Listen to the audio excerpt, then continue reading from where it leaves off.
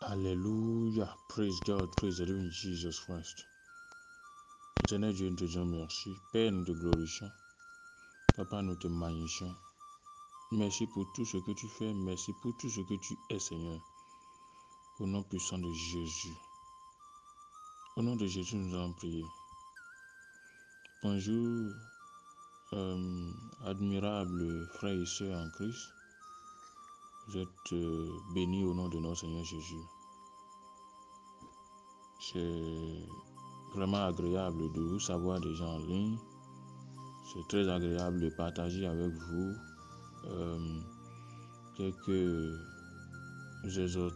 une petite exhortation ce matin sur les secrets pour découvrir surtout sa destinée et l'accomplir.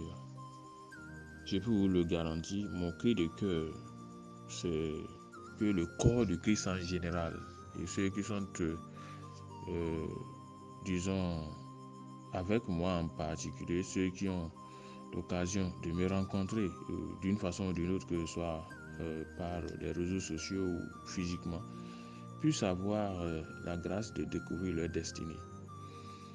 Je l'ai dit et je ne le dirai pas assez. Sur le compteur de Dieu, le compteur de Dieu ne commence réellement à tourner à votre sujet. Votre compteur au spirituel ne commence réellement à tourner qu'à partir du moment où vous commencez par marcher selon ce qui avait été prédestiné, tracé pour vous. Et vous comprenez qu'un athlète qui ignore la piste, sa piste, son couloir, a déjà échoué par avance. Vous comprenez? Donc le compteur de l'éternité, en tout cas, votre compteur dans l'éternité commence par tourner réellement à partir du moment où vous découvrez votre destinée et que vous y marchez fermement. Quelqu'un me dira, et si sans le savoir, j'ai pu marcher un peu? Oui, ça ne garantit pas le succès. Puisque vous allez marcher tantôt et vous allez errer et sortir du plan à un autre moment. Pourquoi? Parce que vous n'êtes pas conscient de ce que c'est là le couloir. Et je viens de le dire, un athlète qui ignore vraiment le couloir, la piste de course est mal partie d'avance. Il ne peut pas avoir la couronne. Il ne peut pas, puisqu'à un moment donné, il va sortir de la piste, il sortira du couloir, et peut-être étant bien convaincu de ce qu'il gagnera le prix, il peut beaucoup courir, mais il ne peut pas arriver à destination, il ne pourra pas être couronné. Vous comprenez ça? Alors que la finalité, c'est d'être couronné. Donc, ma prière pour vous, mon cri de cœur, l'une des raisons pour lesquelles je ne dors pas, par sa pure grâce, puisque ça fait partie de moi, mes fardeaux, c'est que chaque personne, chaque chrétien cesse alors de tâtonner et d'errer dans la vie et de pouvoir aller droit au but afin de mériter la couronne. Alléluia. Praise God. Praise the Lord Jesus Christ. Je l'ai démontré et je ne le ferai pas assez. Ce n'est que dans votre plan que vous pouvez vous épanouir. Les plaintes que nous enregistrons même dans le corps de Christ prouvent qu'il y a anomalie, il y a quelque chose qui ne va pas. Les plaintes actuelles qui se répètent dans le corps de Christ. Je n'ai pas l'argent, je n'ai pas la protection. J'ai été attaqué par un sorcier, une sorcière. Et je suis dépourvu de force et tout. Tout ce que vous constatez là, pour la plupart du temps, c'est les choses qui prouvent que nous ne sommes pas dans le plan. Dans le plan, vous aurez moins ces choses, ou alors si vous les avez, vous aurez le réconfort. Oui, Dieu lui-même vous donnera le réconfort. Il va vous réconforter, vous expliquer ce qu'il est en train de faire. Donc quand vous allez subir les assauts, comme vous pouvez subir les assauts comme tout le monde, vous n'avez pas le même sort, dans la mesure où vous savez ce qui est en train de se passer dans votre vie. Les tribulations peuvent venir, parce qu'on a dit, tous ceux qui vivent pieusement en Christ seront persécutés. Mais la persécution est bien différente de la souffrance. Parce que dans la persécution, c'est la volonté de Dieu, mais la souffrance ordinaire n'en est pas une. Vous avez compris ça? Alléluia. Donc c'est de ça qu'il s'agit. Donc vous pouvez vivre, deux personnes peuvent vivre la même situation. Celui qui est dans le plan de Dieu sourit au milieu de sa situation, tout simplement parce que sa situation n'est pas une souffrance, c'est une épreuve, c'est une persécution. C'est différent. Ça, c'est conforme à la volonté de Dieu. Par contre, quelqu'un d'autre sera en train d'avoir le chagrin, de grincer les dents, mais là, c'est dans la souffrance, c'est avec pète, sans aucun espoir, bien entendu, de récompense. Ça fait la différence. Celui qui est dans le plan ne souffre pas, il endure, et c'est avec espoir. Celui qui est dans le plan connaît des épreuves. Celui qui n'est pas dans le plan connaît des souffrances. Les épreuves promeuvent. La souffrance ne promeut pas la souffrance ordinaire. Vous voyez un peu? Donc, la vie même a tout son sens. Quand même les temps les plus difficiles deviennent les temps les plus agréables lorsque vous êtes dans le plan. Vous voyez, beaucoup de personnes sourient au milieu de leur situation parce qu'ils sont conscients, ils savent le but poursuivi par l'auteur des choses, qui est venu leur dire, mon frère, je suis en train de permettre ça à cause de ceci, d'une raison plus supérieure. Et endure un peu. Voici nos comment on appelle les apôtres. Les apôtres comme Pierre, Paul, même au milieu de leur frustration, l'ange de Dieu leur apparaît pour dire, ne t'en fais pas, je sais pourquoi tout cela arrive. Oui, c'est comme ça que vous pouvez être heureux. Et ça, c'est quand les situations sont malheureuses. Ça. Lorsque les situations sont heureuses, encore c'est bon. Vous comprenez? Donc, votre bonheur réel se trouve attaché au plan. Et pendant combien de temps nous allons nous rebeller encore? Pendant combien de temps nous allons fuir? Nous allons nous éloigner du plan de Dieu pour notre vie. Et nous allons espérer que le bonheur arrive. Le bonheur n'est pas hors de votre plan. Le bonheur n'arrivera pas. En tout cas, le bonheur selon Dieu n'arrivera pas hors de votre plan. Je vous le garantis. Est-ce que quelqu'un va prendre conscience aujourd'hui de la mesure de la situation et se battre autant que cela est nécessaire pour se laisser conduire par Dieu, pour se laisser, bien entendu, obéissant entre les paumes de main de son Créateur, c'est tout. C'est la rébellion qui nous conduit à tout ce que nous sommes en train de connaître aujourd'hui. Je parle de l'humanité entière et je parle des individus aussi. Alléluia.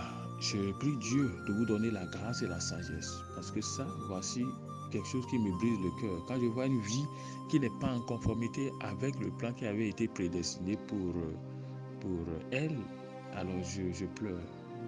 J'ai les larmes aux yeux, pour ne pas dire j'ai les larmes sur le cœur. Mais parce que tu m'écoutes et que tu as cette grâce et que j'ai ce fardeau, je prie pour toi. C'est ma responsabilité que tu découvres maintenant le chemin, le sentier de la vie et que tu y marches et que tu ne gaspilles pas son temps. Parce que si tu ne découvres pas ton plan, au dernier jour, tu seras surpris de ce que rien ne sera, bien entendu, pris en compte. Oui, le compteur ne comptera rien. Et qu'est-ce que tu diras? Alléluia. Praise God. Praise the living Jesus. Dieu te donne la grâce aujourd'hui et bien entendu de marcher selon le plan prédestiné. Oui, il conduit tes pas, oui, bien entendu, sur le chemin du salut et de l'éternité. Au nom puissant de Jésus. Au nom de Jésus, nous allons prier. Alors donc, nous allons poursuivre notre série sur les secrets pour découvrir sa destinée et l'accomplir. Et nous allons mettre un accent particulier aujourd'hui sur d'autres avantages. La fois dernière, nous avons déjà vu 7 bénéfices. Donc nous allons voir aujourd'hui particulièrement les bénéfices liés à la direction divine. C'est ça que nous sommes en train de voir depuis quelques jours. Nous avons vu, je vous rappelle ça rapidement, quelques bénéfices déjà. Nous avons dit que celui qui est dans son plan connaîtra la provision surnaturelle. Le manque ne sera pas son partage, en tout cas à l'issue. Au début, la pauvreté peut venir, mais à l'issue, il va vivre dans l'abondance. Et celui qui a découvert son plan et y marche aura facilement l'onction de Dieu, en tout cas va connaître l'onction et pourra manifester la puissance de Dieu. Ça, c'est le deuxième point. Celui qui marche dans le plan de Dieu connaîtra la protection, la délivrance, même la victoire sur les ennemis. Alléluia. Celui qui marche, celui qui découvre le plan de Dieu pour sa vie et qui y marche, connaîtra bien entendu une confiance et une audace particulière que vous ne sans nul autre pareil, bien sûr. Et la direction divine vous garantit la sagesse divine. Donc, si tu es conduit par Dieu, vous aurez une sagesse. Les hommes constateront qu'il y a une sagesse particulière qui vous caractérise. Pourquoi? Parce que le Saint-Esprit vous souffle à l'oreille ce que vous ferez, surtout vous conduire. Alléluia. Praise God, praise the Lord Jesus Christ. La promotion et le partage de celui qui marche dans le plan de Dieu pour sa vie. La santé divine et le partage aussi de celui qui a découvert son plan et qui y marche. Alléluia. Voici ce que nous venons de faire, nous avons déjà fait jusqu'ici. Aujourd'hui, je veux qu'on aille malgré tout très vite pour pouvoir aborder au moins 4 autres bénéfices. Tout au moins, il y a beaucoup, c'est illimité, mais j'ai oublié d'aborder quelques-uns. Nous avons encore 4 au moins que nous allons aborder. Après ça, bon, vous pouvez imaginer le reste, quoi. Donc, nous allons aborder 4 autres bénéfices attachés, bien entendu, à la direction divine. Donc, la 8e catégorie de bénédictions, vous aurez constaté aussi que les bénédictions ne sont pas seulement quand les bénéfices. Quand il dit il prend un point, il y a des points qui sont composés de plusieurs sous-points. Oui, parce que je trouve qu'il y a un lien entre eux, on ne peut pas les séparer. Quand vous prenez par exemple le point 8, je suis en train de démontrer là que la direction divine garantit la joie, la paix et le bonheur véritable au pluriel. Ouais. Vous cherchez peut-être le bonheur, cessez de courir après les biens dans le monde. Allez chercher le plan de Dieu pour votre vie, commencez par y marcher. Le bonheur réel est là. C'est malheureux, le monde ne peut pas comprendre ça. Mais ne nous comportons pas comme les gens du monde. Non, nous ne sommes pas du monde. Les règles pour réussir selon le monde et selon disons, le royaume de Dieu ne sont pas exactement les mêmes. Donc c'est à vous de découvrir les règles du royaume de Dieu, puisque vous êtes du royaume de Dieu. Donc, vous ne pouvez pas être heureux avec Dieu. Vous ne pouvez pas connaître la joie, la paix et le bonheur véritable sans découvrir votre plan. En tout cas, ça, ce n'est pas dans le royaume de Dieu. Et je vous l'ai dit, tout autre bonheur que vous semblez avoir n'est pas du bonheur, c'est juste un semblant, c'est une photocopie. Et une photocopie mal faite en plus. C'est quand dans les paumes de mieux de l'éternel que vous pouvez connaître le bonheur véritable. Quelqu'un me dit, bon, sans Dieu, je suis en train de connaître le bonheur. Honnêtement, il n'en sait pas grand-chose. Pourquoi? C'est parce qu'il n'a pas découvert le véritable qu'il pense qu'il a déjà trouvé le bonheur. Oui, le vrai bonheur se trouve dans le cœur de main de l'auteur des choses. Il n'y en a pas ailleurs. Oui, il n'y en a pas ailleurs. Donc, si vous n'êtes pas sauvé comme Seigneur sauvé, vous n'êtes pas sauvé, vous n'avez pas reçu Jésus comme Seigneur sauvé personnel, vous n'avez pas le bonheur. Vous ne pouvez pas en avoir. Ça, ce n'est pas le bonheur, ça, c'est la photocopie. Je ne le dis pas parce que je veux quoi que ce soit, mais c'est les principes, c'est les règles. Oui, ce n'est que quand le cœur rencontre son Créateur qu'il retrouve le repos. L'homme est fait tel que son cœur doit rencontrer son Créateur pour avoir le repos. Donc tout autre repos que vous, c'est artificiel, c'est du bluff. Donc celui qui n'a pas connu Jésus comme Seigneur sauvé personnel n'est pas sauvé, ne peut pas connaître le bonheur. À plus forte raison, celui qui, quand bien même vous connaissez, vous avez accepté Jésus comme Seigneur sauvé personnel, si vous n'avez pas découvert le plan de Dieu pour votre vie et que vous y marchez, vous ne pouvez pas connaître le bonheur véritable. Ça viendra tantôt et tantôt vous allez perdre ça. Vous comprenez ça? Mais celui qui découvre son plan et qui connaît sa piste, qui connaît son couloir de marche et qui attache ses pieds à son couloir de marche, qui attache ses pieds à sa piste, celui-là est sur la voie d'être heureux. Il sera heureux, il n'y a rien à faire. Nous allons voir quelques références bibliques. Donc, le 8e point, c'est que le bonheur vous garantit, non, je veux dire, la direction divine vous garantit la paix, la joie, la paix et le bonheur véritable. Vous me direz qui m'a dit ça. Bon, consultons les Écritures. Psaume 16. Tournez votre Bible au livre de Psaume, au chapitre 16, verset 11. Nous allons lire. Ce n'est pas moi qui le dis. C'est vrai qu'il y a l'expérience en la matière par sa pure grâce, mais il y a les patriarches qui ont déjà connu la même expérience, dont David, qui nous dit son expérience. Écoutez ce qu'il dit. Psaume 16, verset 11. Psaume 16, verset 11. Alléluia. Praise God. Praise the living Jesus Christ. Amen. Psaume 16, verset 11. Il dit, tu me fais connaître le sentier de la vie. Ah, tu me fais connaître le plan de Dieu pour ma vie. C'est ce qu'il est en train de dire. Tu me fais connaître le sentier de la vie. Ce n'est pas le sentier de toute la vie. Le sentier, mon sentier de la vie, quoi. Alléluia. Il dit, tu me feras connaître, je veux dire, le sentier de la vie. Il y a abondance de joie devant ta face, des délices éternelles à ta droite. Vous avez compris? Donc, tu me feras connaître le plan de Dieu pour ma vie. Et si j'y marche devant ta face, dans ce plan-là, il y a abondance de joie et il y a délices éternelles à ta droite. Tu as compris ça? Il dit, tu vas me faire découvrir mon plan, le plan de Dieu pour ma vie. Et dans ce plan-là, je sais qu'il y a l'abondance de joie. Et je sais qu'il y a des délices éternelles. Qu'est-ce qu'il a nous dit? Dans le plan de Dieu se cache, bien entendu, la joie véritable.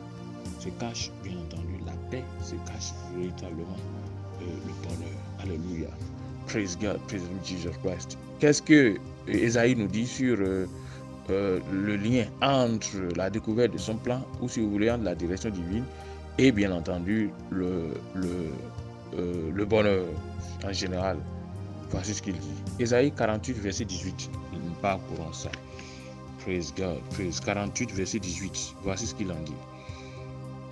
Oh, si tu étais attentif à mes commandements, on avait déjà dit ça ici, mais dans un autre contexte, ta paix sera comme un fleuve. Si tu étais attentif à mes commandements, tu te laisses, et si tu les laissais conduire, un peu plus haut, il a dit, en verset 17, il dit, ainsi parle l'Éternel, ton Rédempteur, le Saint d'Israël, moi l'Éternel, ton Dieu, je t'instruis à ton profit, je te conduis dans la voie où tu marches. Tu comprends? La direction divine. Oh, si tu étais attentif à mes commandements, ta paix serait comme un fleuve et ta justice comme des flots de mer. Alléluia. Praise God. Praise the living Jesus Christ. Amen. Amen. Vous comprenez ça? Vous comprenez ça? Vous comprenez ça? Amen. Amen. Donc, vous avez compris? Peut-être que je suis en train de parler à quelqu'un maintenant. Vous vous demandez pourquoi vous n'avez pas connu le bonheur jusqu'à ce jour. Je me demande si vous avez été suffisamment obéissant. En tout cas, à l'issue de cette série, vous allez découvrir votre responsabilité. Quelqu'un me dit, bon, ok, je ne sais même pas, je ne connaissais même pas le plan pour commencer. C'est pour ça qu'il t'a mis sur mon chemin, pour que je puisse t'aider. À l'issue de cette rencontre, à l'issue de cette série, tu dois pouvoir découvrir le plan de Dieu pour ta vie. Alléluia. Donc, il n'y a pas de souci par rapport à ça. Amen. Praise God. Praise the Lord Jesus Christ. Vous avez compris ça? Deutéronome 5, verset 33, toujours par rapport au lien entre la direction divine et le plan et le bonheur. Deutéronome 5, verset 33. Qu'est-ce qu'on en lit? Qu'est-ce que Dieu nous dit par rapport à ça? Deutéronome 5, verset 33. Alléluia. Deutéronome 5, verset 33. C'est une grâce de découvrir son plan et de l'accomplir. Et tu découvres ce plan au nom puissant de Jésus. 5, verset 33. Qu'est-ce que ça nous dit? Vous suivrez entièrement la voie que l'Éternel, votre Dieu, vous a commandée. Vous avez compris ça? Afin que vous viviez et que vous soyez heureux. Je m'arrête là. On va lire. Il y a une autre portion qui m'intéresse, mais dans un autre contexte. Il dit, vous suivrez entièrement. Vous avez vu, il y en a qui dit, bon, j'ai fait un peu la volonté, après je vais faire ma volonté. Vous vous trompez. Mais parce que tu as la grâce de m'écouter, tu cesses de te tromper d'ailleurs, au nom puissant de Jésus-Christ. Vous suivrez entièrement la voie que l'Éternel, votre Dieu, vous a commandée. Ça, c'est la direction divine. Afin que vous viviez et que vous soyez heureux. Il y a une étude, on laisse ça. Je vais revenir là-dessus. Vous comprenez ça? Donc, vous allez suivre la voie qu'il a commandée pour vous. Vous allez suivre le plan de Dieu pour votre vie. Vous allez suivre, bien entendu, vous allez accomplir votre destinée. Si vous le faites, vous serez heureux. Vous avez compris ça? Alléluia. Praise God. Praise the Lord Jesus Christ. Un autre verset. Psaume, donc, Il y a 4 versets au moins que j'ai pu trouver pour vous. Vous pouvez aller étudier ces versets-là par vous-même. Psaume 16, verset 11, Ésaïe 48, verset 18, Deutéronome 5, verset 33, Psaume 128, verset 1. Si je veux, je peux simplement parler sans vous donner trop de versets bibliques, mais c'est important pour que vous puissiez aller vérifier par vous-même, que vous n'ayez pas l'impression que les idées sont sorties de notre tête. Alléluia. Praise God. Psaume 128, verset 1. Psaume 128, verset 1. Alléluia. C'est une grâce. Psaume 128, verset 1. Oh, Dieu, merci Seigneur. Thank you, Jesus. Thank you, Father. Alléluia. Praise God. Praise the Lord Jesus Christ. Psaume 128, verset 1. Heureux quiconque craint l'Éternel et marche dans ses voies. Ah, tu as compris? Heureux quiconque craint l'Éternel. La preuve de ce que vous craignez l'Éternel, c'est de marcher dans ses voies, c'est-à-dire dans le plan de Dieu pour votre vie. Et la conséquence directe, c'est que vous êtes heureux. Celui qui marche dans le plan est heureux. Ce n'est pas moi qui le dis, c'est encore le roi David qui le confirme. Après ce qu'il avait déjà dit dans le livre de Psaume, toujours dans le livre de Psaume, 16, verset 11, il confirme ça encore, il dit, heureux quiconque marche dans le plan de Dieu pour sa vie. Ah, est-ce que tu comprends ça? Tu es béni au nom puissant de Jésus-Christ. Alors, un autre point, ça c'est la direction divine vous garantit la paix, la joie, la paix et le bonheur véritable. C'est ce que je viens de dire. La direction divine vous garantit plus que ça. Ça vous garantit, si je peux comprendre ça, ça te garantit la longévité. Tu veux avoir la longévité, il y a des moyens humains pour avoir la longévité. Et on peut durer sur la terre et ne même pas être utile. Mais quand c'est le plan de Dieu, vous durez, mais vous êtes encore prospère. C'est-à-dire vous durez parce que vous avez des choses encore à accomplir. Vous n'êtes pas ennuyé en étant vivant dans le plan de Dieu. Alléluia. Donc vous durez. Vous connaissez la longévité. Mais la longévité productive, bien sûr. Pas une longévité inutile. Alléluia. Quelqu'un comprend là. Hey, praise God. Praise the living Jesus Christ. Amen. La longévité. Psaume 23, verset 6. Psaume 23, verset 6 nous dit quoi sur la longévité? Vous êtes vraiment bénis au nom puissant de Jésus-Christ. Amen. Praise God. Praise the living Jesus Christ. Agbanila bâton. Agbanila bâton. Agbanila bâton. Oh. Alors, Psaume 23, verset 6. Oui, le bonheur et la grâce m'accompagneront tous les jours de ma vie. Et je reviendrai dans la maison de l'Éternel pour la durée de mes jours. Dans d'autres versions, on a dit pour de longs jours. Et c'est vrai. Quand je suis allé au niveau de l'étymologie, nous sommes dans le livre grec. Nous avons vu que dans pour de longs jours, c'est-à-dire l'esprit, c'est beaucoup plus pour la longévité. Donc, je dis pour la durée de mes jours, non. Pour de longs jours. Dans d'autres versions, on a dit pour de longs jours, c'est ça le sens. Parce que le but, c'était beaucoup plus, bien entendu, de relever que nous allons rester dans la maison, en présence de Dieu, mais pendant longtemps. Hein? Alléluia. Donc la longévité est un avantage ou un bénéfice lié à la direction divine. La bénédiction, alléluia, la longévité. Donc nous avons aussi Deutéronome 5, verset 33. On a lu ça dans un autre contexte, mais maintenant on va lire ça, on va relire ça et ça va vous faire du bien. 5, Deutéronome 5, verset 33. Deutéronome 5, verset 33. Vous suivrez entièrement la voie que l'Éternel, votre Dieu, vous a commandée, afin que vous viviez et que vous soyez heureux, et que vous soyez heureux, et que vous prolongiez vos jours dans le pays dont vous prendrez possession. Quand le pays ici, c'est au sens, disons, au sens, c'est beaucoup plus symbolique, hein, au sens figuré. Donc il y a une destinée que Dieu a prévue pour vous. Il y a une vie que vous voulez que vous menez. Il y a une autre vie qu'il veut que vous connaissiez. Et cette vie-là, vous allez rester dans cette vie. Vous allez rester pendant longtemps. Vous allez prolonger vos jours dans cette nouvelle vie-là qui est votre terre promise. Et vous allez rester là pendant longtemps, vous allez vieillir. Pourquoi? Parce qu'il y a des missions à accomplir. Donc, la condition pour que vous puissiez prolonger vos vies, vos jours dans le pays dont vous prendrez possession, c'est que vous suiviez entièrement la voie que l'Éternel, votre Dieu, vous a commandée. Il dit, vous suivrez entièrement la voie que l'Éternel, votre Dieu, vous a commandée, afin que vous viviez, afin que vous soyez heureux et que vous prolongiez. Donc, afin que. Donc, pourquoi vous voulez marcher selon la direction divine? C'est vrai que c'est parce que vous l'aimez d'abord, mais il y a une fin, afin que vous prolongiez vos jours. Vous voulez être heureux, mais vivre longtemps, mais heureux. Le secret, c'est de découvrir sa destinée, de l'accomplir. C'est ce que les Écritures disent. Alléluia. Praise God. Je peux vous dire quelque chose. Si vous n'êtes pas productif et que vous n'êtes pas dans votre plan, il n'est pas exclu que Dieu vous arrache vite parce que vous n'êtes même pas utile sur la terre. Oui. Il est obligé de vous changer, de trouver d'autres personnes. En fait, vous ne servez pas à grand chose. N'oubliez pas qu'on a dit que si un arbre ne porte pas de fruits, il faut le couper.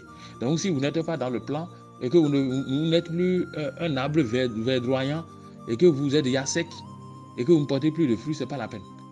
On peut retirer de tels chrétiens rapidement. Mais quand vous êtes utile. Maintenant, je veux faire une précision ici.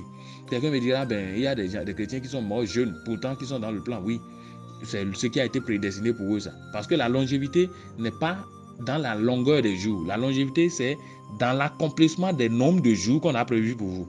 Donc, vous connaissez la longévité dans la mesure où vous avez épuisé le délai, le temps qui vous a été imparti. Donc, vous pouvez mourir jeune et être vieux, selon Dieu, parce que connaître la longévité, pour moi, c'est accomplir 7 jours complets.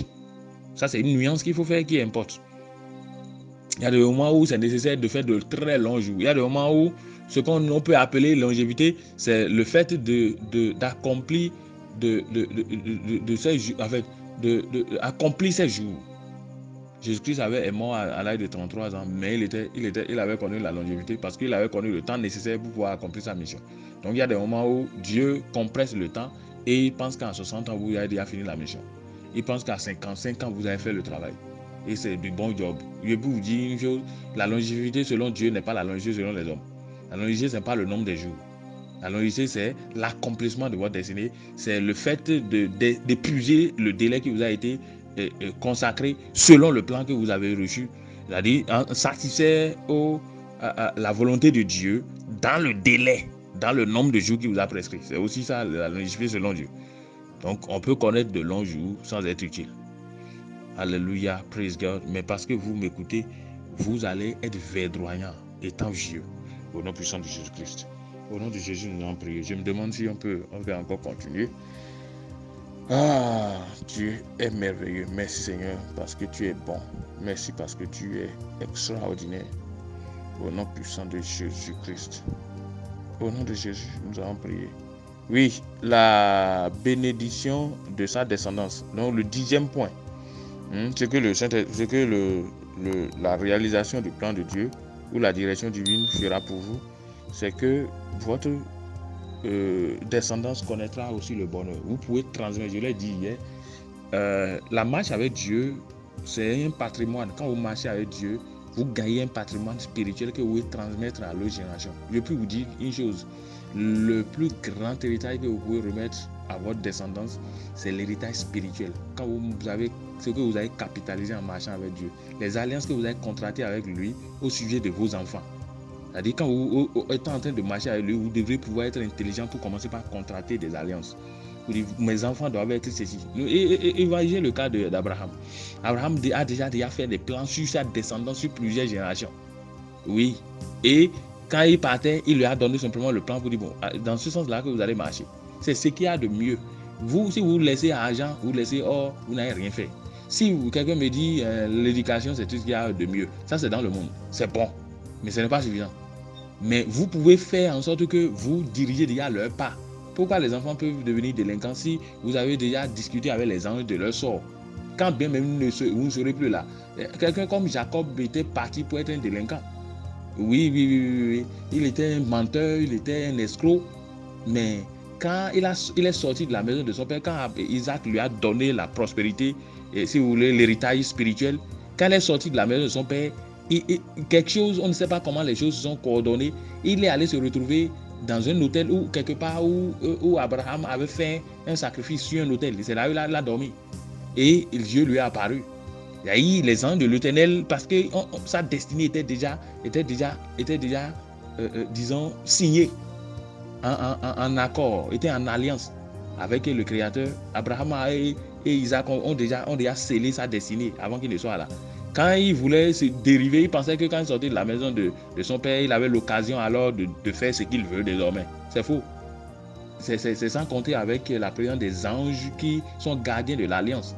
Ils l'ont pris, ils l'ont mis dans le land de l'alliance. On ne sait pas comment il s'est débrouillé, il s'est retrouvé sur un hôtel, quelque part où l'Abraham avait sacrifié, comme pour consacrer ses enfants dans le temps. Et c'est là où il a découvert, il a vu Dieu pour la première fois. Peut-être que quelqu'un me dit, est-ce que mes enfants vont connaître Dieu? C'est parce que vous n'avez pas un bon héritage avec papa. Si vous faites un bon héritage, vous transmettez le même héritage. Il n'a pas le choix. Vous décidez déjà de son sort. Vous écrivez déjà un contrat sur lui. Il n'a pas le choix. Les circonstances vont s'organiser pour qu'il serve Dieu. Avant que tu ne partes, tu sais exactement ce qu'il va faire. On n'a même pas besoin d'être stressé à la vieillesse pour dire qu'est-ce que mes enfants disent. Non. Si vous connaissez vos droits en Christ et que vous marchez, donc votre descendance a un avenir radieux. Vous pouvez trouver ça dans le livre de Genèse 12. Quand Dieu promettait à Abraham des choses, il a mis en même, inclus. Dieu inclut toujours votre postérité.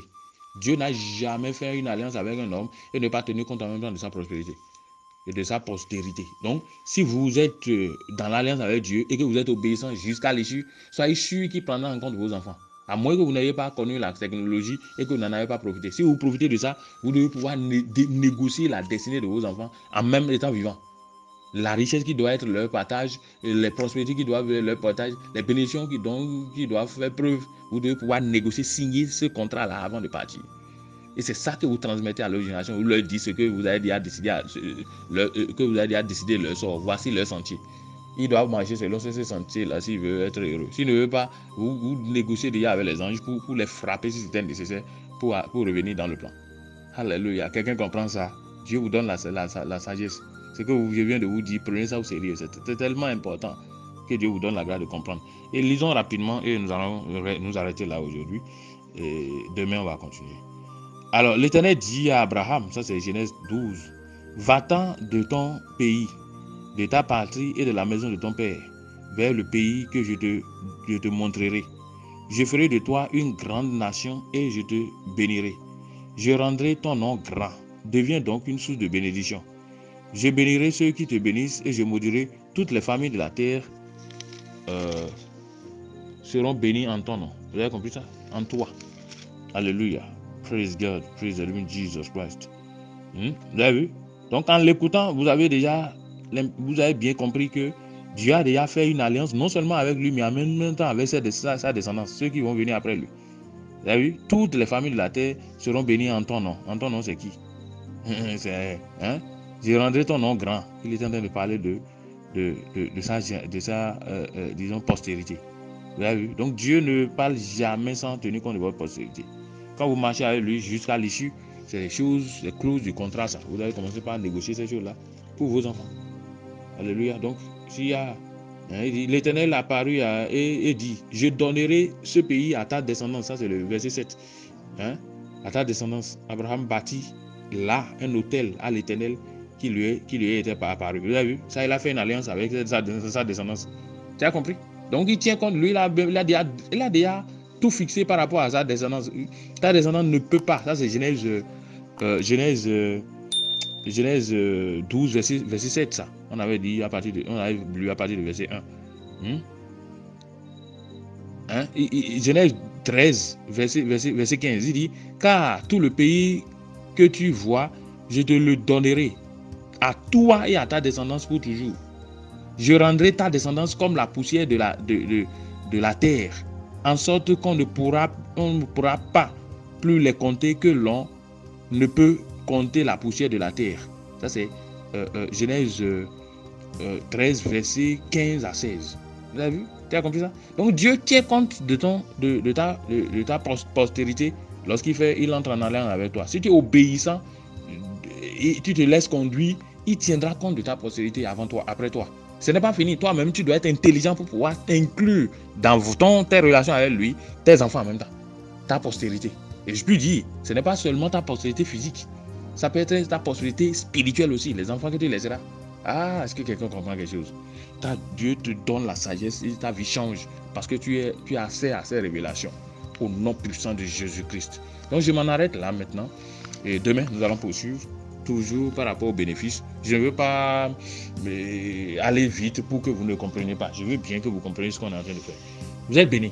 Au nom de Jésus, Seigneur, je prie pour ton enfant. Je demande que tu conduises ses pas, oui, sur la voie que tu avais tracée pour lui dès avant la fondation du monde. Au nom puissant de Jésus. Au nom de Jésus, nous allons prier. Amen, amen et amen. Je vous recommande d'écouter, de réécouter souvent ces audios. Sinon, vous n'aurez pas l'essentiel. En fait, vous n'allez pas capter l'esprit. Parce qu'il ne sert à rien de m'écouter. Il faut aller en profondeur pour savoir l'esprit qui m'anime. L'esprit de Dieu qui est en train de révéler certaines choses-là. Et c'est comme ça que vous allez vraiment profiter de ces choses et vous allez pouvoir marcher avec. Ça ne sera pas une connaissance dans la tête. Ce sera une connaissance dans votre vie. Vous êtes bénis. Au nom de Jésus. Au nom de Jésus, nous allons prier. Amen, amen et amen.